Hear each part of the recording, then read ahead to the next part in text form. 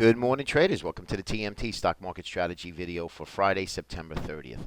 Well, we had some bad news come out of Europe, which is just really the start, guys. I've been mentioning this for months when the markets were really just doing nothing July, August, and pretty much most of September up until the last few days, even last week.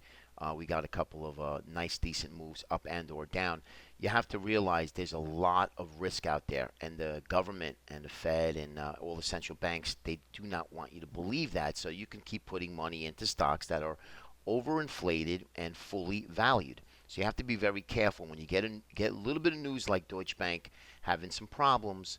And it's been well known in the Wall Street community, and obviously they don't want to let the retail public know about it. But when they can't anymore, and it comes out where a few hedge funds have pulled their money out of Deutsche Bank, that's going to create a liquidity crisis for Deutsche Bank and actually a systematic risk to the system. So you got to be real careful out here, guys. Anything can happen. Do not listen to the pundits of CNBC, Bloomberg, whatever the case may be, any news radio.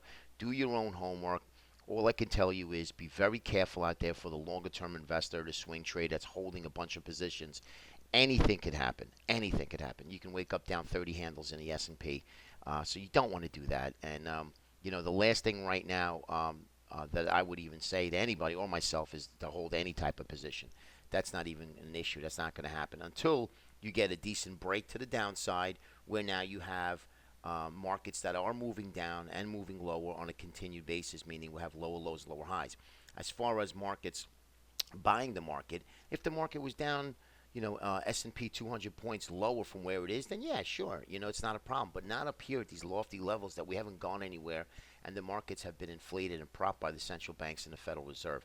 You don't want to do that. Yes, day trading, sure, absolutely. A day or two hold, not a problem. But you have to be very careful out there. There's a lot of bad stuff. The Italian banks are really losing grip here. Greece is still back in the cards, believe it or not. Nothing has happened with Greece the last couple of years. They're actually looking for more money again. And then we have Deutsche Bank, we have Credit Suisse out there, Commerce Bank, a lot of nasty stuff out there, as well as a lot of terrorist attacks that are being spoiled, thank God. But you just have to be careful out there. So I did get a couple of emails asking me to go over USO, which is the oil tracking ETF.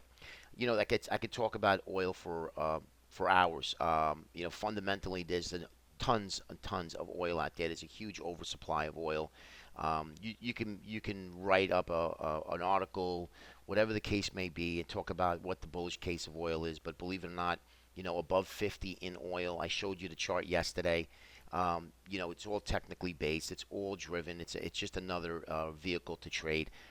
Fundamentally, oil should be somewhere around $35, $40, but the governments around the world, they don't want that. They need higher oil prices, so they're going to try to prop it up. So we had the meeting 2 days ago in OPEC, which I told you yesterday.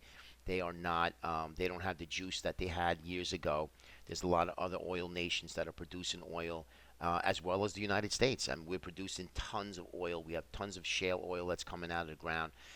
So we had a talk in OPEC. Everybody runs to the hills. But I honestly think that if it does not break 50, I think it's going to be a great fade to the downside. Okay. Now, if we break 50 and hold for a couple of days, then it may be a different story. And again, I'm talking about a pure technical play. But this Apple, the oil trade, the pop up on the OPEC, they're already bickering about who's going to be doing what and how much oil cuts they're out to go to each oil nation. So a lot of stuff still in the cards here. November's the next meeting. So technically, if you looked at the USO, we have a nice bull flag here. We did break out, but we're at the 61.8% retracement, and underneath that is the 200-day moving average. You could get a pop and a fail. Okay, a pop and a drop back into the bull flag, and then now we just have a basic descending channel here, and then you wait for the breakout or the breakdown. I think the pattern is still overly bearish, but we do have a bullish play here, so who knows what happens in the next couple of days. And it is window dressing day today, okay? So I would not really take into stride about anything, any type of price action that happens today, okay?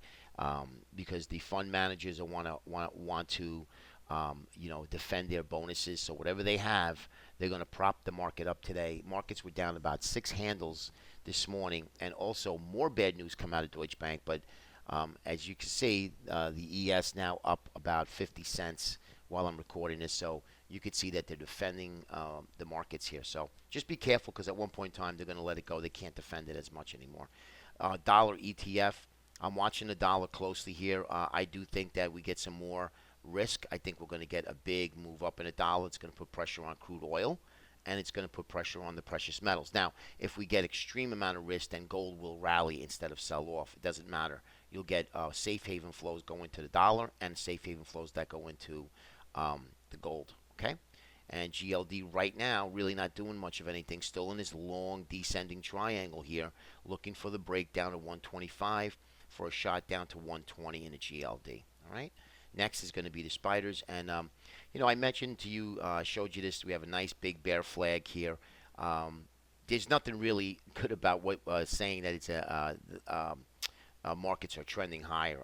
You do have little tiny higher highs and higher lows, but all in all, this to me is a nice big bear flag, and we need to break out of this upward trend line and challenge the highs to alleviate any type of bearish downside correction. I'm looking for a 210 print right up in here. Let me get that right down here. 210 is where the first objective target would be to the downside, and then we would reevaluate on the spiders, okay? Next is going to be the 60-minute. Just wanted to show you guys that, we've been range bound here. You could see this for months. I mean, 2.5 months of range bound trading. We dropped down at, was that 3 Fridays ago, maybe a month ago. We chopped around all week, for another couple of weeks.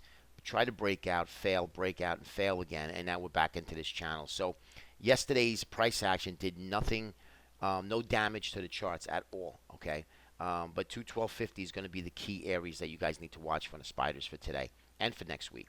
Transports, showed you this inverted head and shoulders on the transports, but I don't like the inverted head and shoulders up here. I would have liked to see it develop down here lower.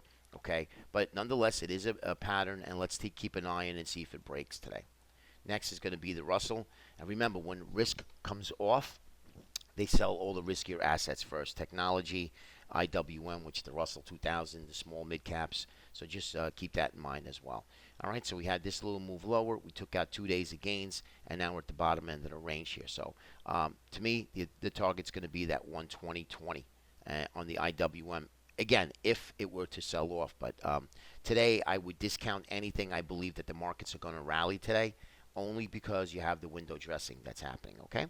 Next and last is going to be your diamonds, the Qs, held the 21 EMA, and that's going to need to break down too. Apple got downgraded yesterday. Actually, was taken off the Barclays conviction buy list. And again, guys, I had emails on that. Apple is a mature growth stock. And any large spikes in Apple should be shorted, and that's the only really way to play it. I wouldn't really trade it short down here, but if you are short, the target's going to be 110 to 107 in Apple to be short. Okay, hope it helps, guys. Have a great weekend. Be careful out there today, but next week starts October, and believe me, volatility is here. Well, it should be a really exciting fourth quarter and a really more exciting October. Have a great day.